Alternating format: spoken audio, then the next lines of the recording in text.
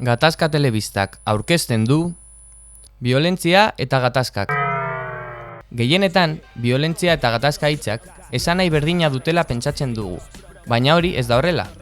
Orokorrean, pertsonak uste dute gatazka, arazo bat, eztabaida bat edo borroka bat dela.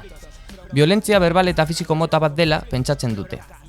Bi hitz hauen esanahia aztertzen badugu, honako hau ikusi dezakegu. Biolentzia norbaitengan eragina izatea edo bere borondatearen aurka jardunaraztea da, edo indarkeriaren erabilera norbait menderakatzeko erabiltzen da. Gatazka. Bi pertsonen edo gehien arteko gatazkak batera ezina dirudi duen egoera batean izaten du sorrera.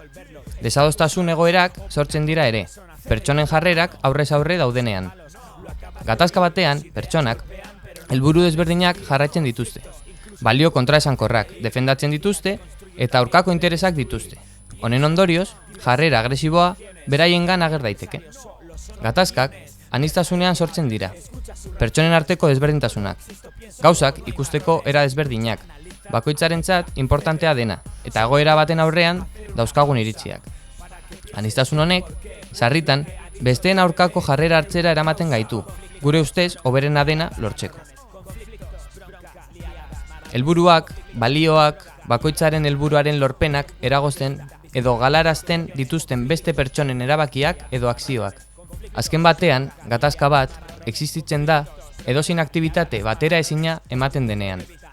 Esaten da ere, bi pertsona edo gehiagok gatazka bat dutela, batek gutxienez, besteak eragindako blokeoa edo haserraren ondorioz ezin egona sentitzen duenean.